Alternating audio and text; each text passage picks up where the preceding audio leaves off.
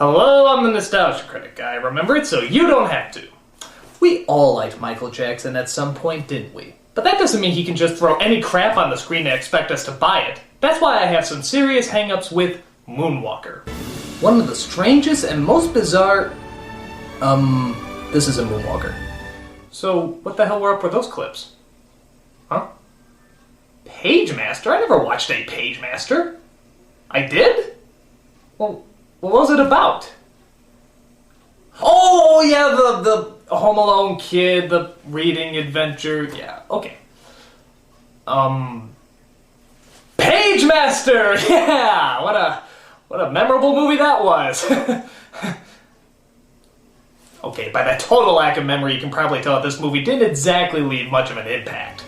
And why should it? It's boring. Nothing's developed, nothing's structured, nothing's anything. It's pretty much just a film fart. It happens, it's unpleasant, but you forget about it just a few moments later. It was a strange attempt to try and get children to read more. A noble cause, but a botched up delivery. So, let's take a look at why the Pagemaster is not only dull, but why it's really dull. Let's take a look at our first problem, the producer, Ted Turner. God damn it, stop trying to educate us, Ted Turner! You're not good at it! The second major problem is the title. I mean, the Pagemaster? Even that sounds boring. It sounds like a fake award you give out for a library's Employee of the Month. For not missing a single day's work, we knight you as the Pagemaster. Anyway, we cut to our hero played by Macaulay Culkin named Rich. Oh god, not another Richie Rich movie! There's only so much Culkin I can take in a year! No, his name is Rich Tyler, and he's in trouble because he has one of the typical syndromes that every child movie character had in the 90s. Is it A, he's a geek, B, he's a scaredy cat, C, he's socially awkward, or D, all of the above? If you guessed D, I apologize in advance. So as the credits roll, we see his father is upset because Richard seems to be more occupied with fearful statistics than he is with just being a little kid. I signed him up for Little League. He drove everybody crazy with statistics about how you can develop tumors from being hit in the head with a ball. Claire, he brought in a medical journal. And now I'm building him a tree house. In a tree he refuses to climb. I don't know. I just want to be a good father. But I just hate him so much! So to help him overcome his fears, we see his father tries to build Richard a treehouse. But that doesn't seem to work out very well. Look. Solid as a rock. Dad, 8% of all household accidents involve ladders. Another 3%. Wow, I despise him already! Look at an 11% probability here. Look, kid, you're not Al Gore. Stop throwing numbers around pretending they can hurt you. Rich. What? Can't argue with statistics, Dad. Here's something you can do. Go down to Gutman's hardware store, buy a pound of these. And stab yourself repeatedly with them. Dad! Son, you can't live your life based on statistics. Now, come on, buddy. You can do this. Alright, but if I get sucked into a contrived animated adventure, I'm blaming you. So we see Richard writing to the hardware store as apparently everything's trying to kill him for some reason. God is not pleased with you, Culkin. I will smite you before you make the Nutcracker movie. Getting even with Dad? I'm getting even with you. Good son, goodbye. Ho ho ho, I got a million of them. I am God, you know. Unable to go any further, Richard pulls over to the creepiest library he could find. Hello? There better not be anything whimsical in here! He comes across a librarian played by Christopher Lloyd, who tries to get to know him better.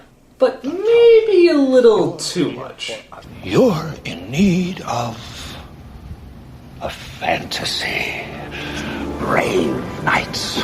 Look, all I want is... Adventure, of course.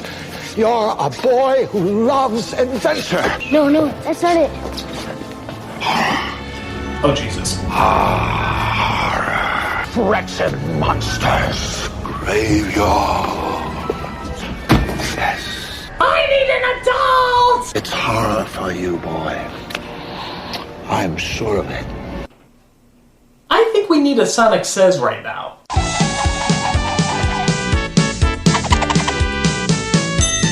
Kids, there's nothing more cool than being hugged by someone you like. But if someone tries to touch you in a place or in a way that makes you feel uncomfortable, that's no good. It's your body. No one has the right to touch you if you don't want them to. So what do? You get out of there. But I don't want any books. That's what I'm trying to tell you. I only came in here because of the storm. You mean you don't need... I see. That's fine, that's fine. Ooh, a little girl. You are looking for adventure! So Richard stumbles around and finds a ceiling full of images that I'm sure won't be reappearing in this movie. But things suddenly go strange, imagine that, as the ceiling starts melting and filling up the room with colorful ooze. Is it me, or does this look like the evil opening to Reading Rainbow? Take a look! It's in a book! Reading Rainbow! When Richard wakes up, he sees he's transformed into a comical cartoon puppet. So, really, what's changed? You are an illustration. A corporate tool used by studios to make money. So Toilet Paper Beard reveals himself as the Pagemaster, master of the written word. Maybe you can show me the way out? Fiction, A to Z. Where your journey begins. To find your way home, you must face 3 tests: horror, adventure, and fantasy. Or you can make a left at sci-fi and exit through the door. But it's so less incredible! So he bumps into a talking book simply named Adventure, voiced by Patrick Stewart, who really knows how to put the dick in dictionary. Look, all I want to do is get out of here. Of course you do, matey. We all do. But this is a library, mate. Not everything's as it seems. For example, the kids section is really the porno section. We get a lot of complaints about that. He also comes across another talking book named Fantasy, voiced by Whoopi Goldberg. Now I gotta straighten out my Little Mermaid underwear. Please don't make me think about Whoopi Goldberg's underwear. They try to help Richard out by showing him the ways through the library. But for the most part, they just partake in spewing out book-related puns. I'm a book, honey. I can read. You fiction and non-fiction. You know that short story? I love you know. I'm a classic. A classic misprint. Hey, if we arrest anybody, we should probably book them. I wonder if Ellen Page is in this movie. Did anybody watch any films with Rex Reed? Hey, the film's not trying, why should I? So we also find that every time they open a book, creatures, people, and sometimes even locations can pop out of it. Huh?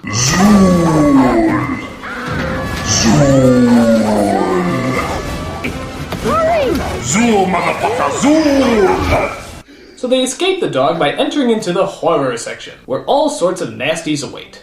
Are we still in the library? Aye, lad. The horror section. It looks pretty scary. No, you want scary? Stephen King is writing drama again. While they're in the horror section, they come across another book, confusingly enough named Horror. I'm afraid. Of what? And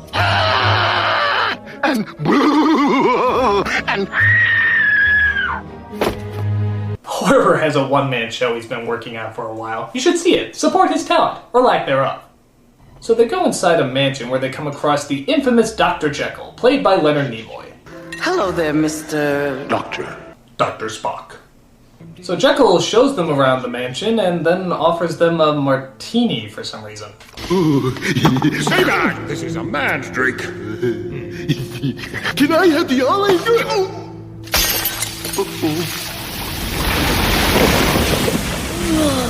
Oh, you got me. I was actually trying to give you acid. You see, it turns out I'm quite loopy.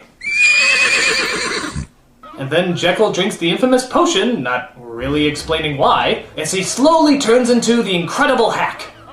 Dr. Jekyll? Dr. J? My name is Wait for the reveal. Mr. Hyde! Ah! Who looks like a radioactive ape Muppet for some reason? So, after explaining nothing about the character of Jekyll and Hyde, our 4 heroes escape and find that the exit is actually closer than they expected. Do you smell it? Breathe it in, mateys. I farted! Give it a good whiff, boys! Mmm, that's cauliflower. So they find a boat that they use to row their way across the water and finally get out of this fantasy world of annoyance. I wrote the book on sailing. In fact, I am the book on sailing. Books! Books! We like jokes about books! On their way across the water, they come across another famous character of fiction, Captain Ahab. Did you see it? See what?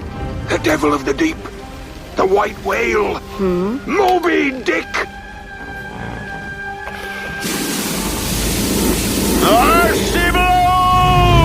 What the hell? Did Charles Manson suddenly take over the animation? Dude, you guys have to be a little bit more clever about your lighting schemes. I mean, God isn't just the light man up in the clouds saying, "Ooh, a dramatic moment. They're going to need a red gel for that." So they spot the sperm whale that literally looks like the sperm of a whale as Ahab tries to bring the monstrous sea beast down. Thou damned whale! Thus, I give up the spear! Oh shit, that did nothing. So again, one of the great literary characters is just tossed aside without any acknowledgement about why he's a great literary character. Wow, I so want to read about people I know nothing about and stories that have little to no explanation. So Fantasy and Horror get lost in the commotion as Richard and Adventure are approached by some scurvy dogs. We're missing two others, about his size. Did you see him? He's all the catch we've had today. PR! We just laugh at random. Generic villain henchmen just seem to do that. So they take them to their pirate ship where they get to meet the greatest, meanest pirate of them all. Long John Silver. It's a pirate thing. So they're captured by the dastardly captain and are forced to come with him as they search for treasure on, where else? Treasure Island. It's, in the middle, by the waterfall. No, it's east, by some broccoli. Give me that. Broccoli? We are half-wits, it's west by a tree. Couldn't they get trapped in a Playboy or something? But Fantasy and Horror come to save the day with no explanation about where they've been or how they survived. Boy, I thought you two were goners. If you replace the word thought with the word hoped. So there goes another character we've learned nothing about and thus have no interest in reading about. Was that their strategy? Going around to children and simply saying, "Hey kids, if you think books are boring, just remember, movies can be boring too!" So they then come across the fantasy section, which, like everything else, is just glanced over. Only this time there's a crappy 90s song to help us out. There are miracles waiting, so keep concentrating. How delightfully forgettable. So we come across some famous fantasy characters like Humpty Dumpty, Mother Goose, some flying tampons. Oh, they're fairies, okay. Fairies that look like the novelty plasma balls you can get at Spencer's. Give them a point for creativity. At last they come to the exit. It's just so close you can practically feel the ending credits roll by. But we still have one last boring obstacle to overcome. Earthquake! No, worse! Lawnmower! No, it's a dragon as he threatens to gobble up our protagonist. God, even the dragon is boring! Look at him! He barely moves! Do something! Do something! Do something! Do something! Do something! As they climb the mountain, they come across the skeleton of a knight who I just assumed couldn't get through this movie. The three books try to fight off the very slow-moving dragon, as Adventure and Fantasy have a very, sporadic scene together. Don't try to stop me! Be careful.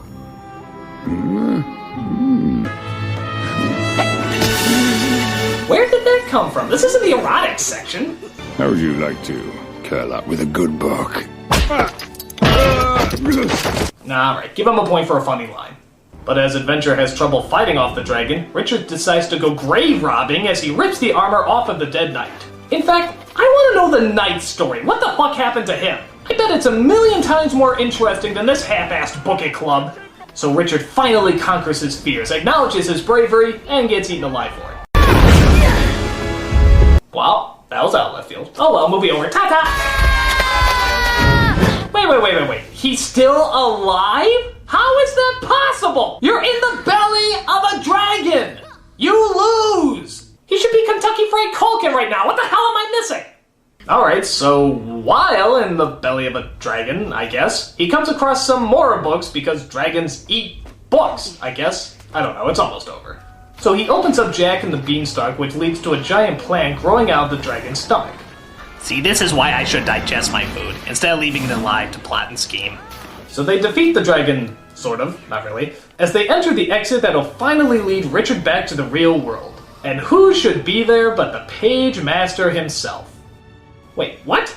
I know who he is. He's the guy who did all this to me. Yeah!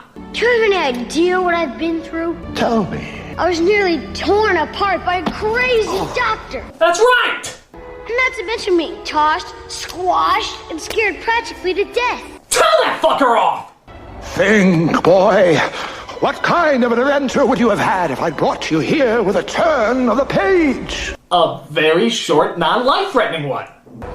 If I had brought you here from the start, you never would have found the courage to face your own fears. Oh, well, since you put my life in unspeakable horrors, I guess it's okay. And in doing so, you triumph here and always. Yeah, like his fear of pirates, fear of whales, fear of scientific monsters. You know, all the things you'll have to battle in real life.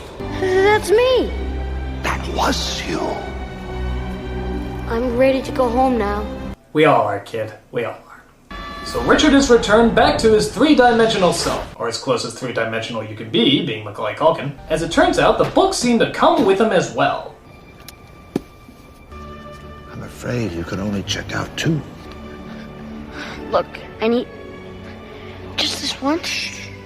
Look, just stop going shh, okay? Your creep value is already beyond numbers. Just this once. Nice ass.